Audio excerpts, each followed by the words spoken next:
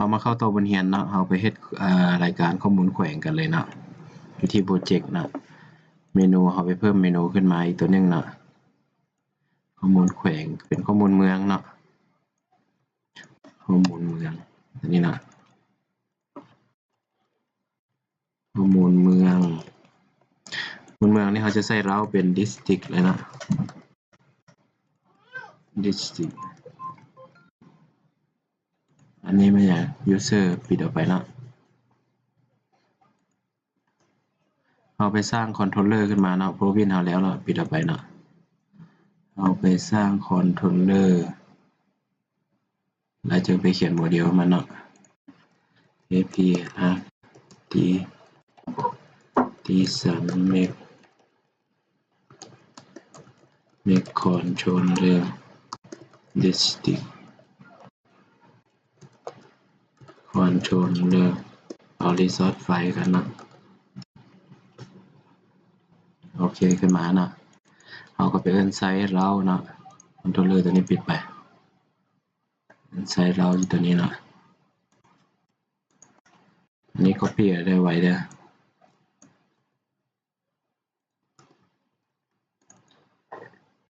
province copy open district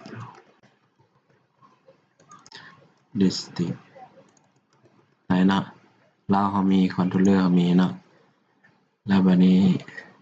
หรือว่าเนาะ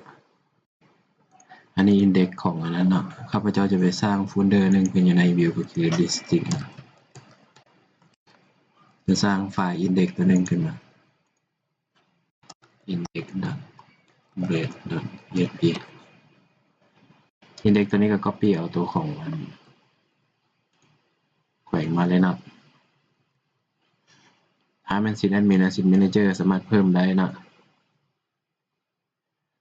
ชื่อแขวงเอาชื่อเมืองเนาะชื่อเมืองขึ้นก่อนเนาะชื่อเมืองตัวนี้กับข้อมูลแขวงมี Control H เลยเด้อ Control นั่นตัว H เป็นข้อมูลเมืองเนาะโอเคอันนี้เราก็เปลี่ยนจากเรา province เป็น district เปลี่ยนตัวนี้เนาะเปลี่ยนแล้วเปลี่ยนอยู่รูปนั้นได้ตัวรีบตัวแก้ไขเปลี่ยนนี่จะตัวนี้นะitem.name เรามีอย่างได้ item. อย่าง pro id นะ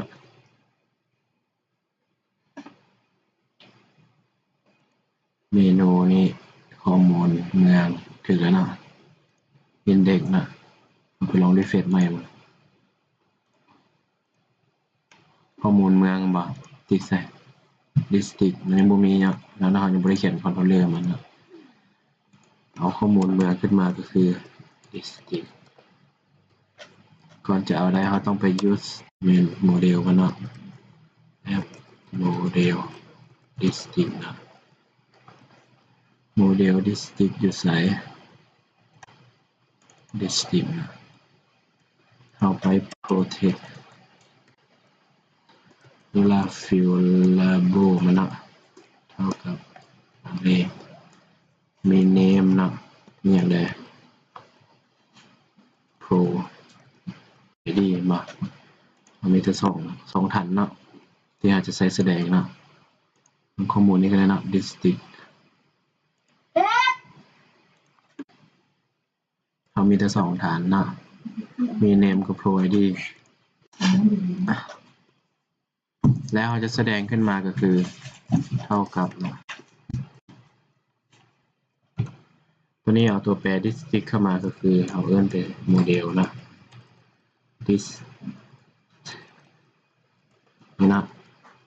เขาก็เอาตัวที่ยังบ่ทันได้ลืมเนาะสามเมืองไทยแวร์เนาะเร็วเขา1แม่นบ่ get return view district บ่ folder อยู่ใน view ก็คือ district เนาะเราก็จะใส่ folder.in เด็กเนาะ compact เข้ามา district ทิกตัวนี้เนาะโอเคปิดเอาไปเบิ่งรีเฟรชใหม่นะในข้อมูลเมืองบ่เปลี่ยนฟาวิคอนพร้อมเนาะเปลี่ยนไอคอนมันเนาะมันฟาวิคอนเนาะเปลี่ยนไอคอนเขาจะเอาไอคอนตัวใด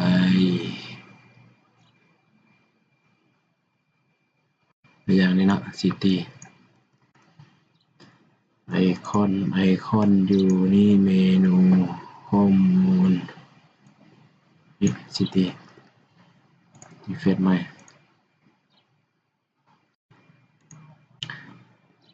โอเค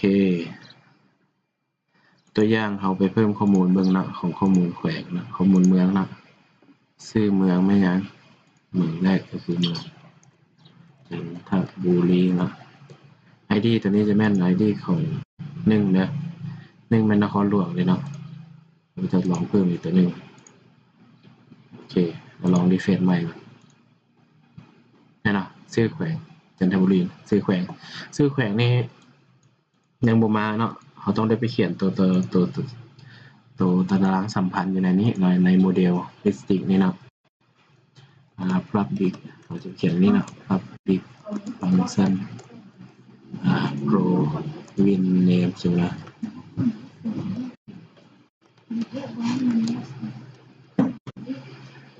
this return this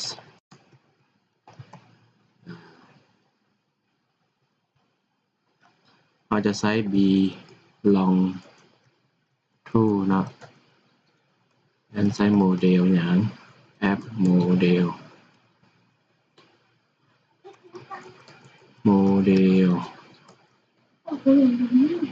ตัวนี้จะเป็นโมเดล provin นะ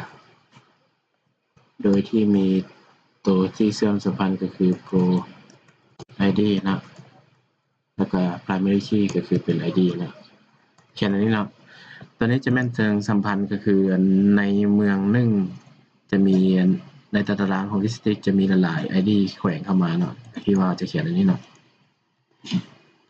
แล้ววันนี้แสดงเลยเอาก็ซีมาถึงตัวนี้แล้วก็ซีเข้าไปซื้อแขวงเลยเนาะเราจะซีไปหาตัวนี้แล้วเราซีไปหาซื้อแขวงก็คือเนมเนาะ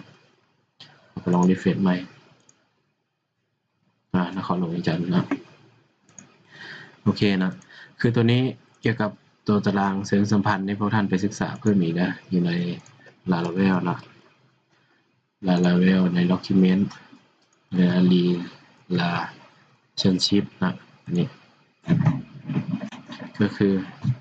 one to one one to many ตอนนี้พวกท่านมีพื้นฐานฐานข้อมูลเนาะพวกท่านจะเข้าใจดีเกี่ยวกับตารางเชิงสัมพันธ์ของแต่ละตัวนี่เนาะให้พวกท่านเบิ่งเนาะไปศึกษาเพิ่มตัวนี้เนาะแปลเป็นไทยก็ได้คอยอ่านไปเนาะ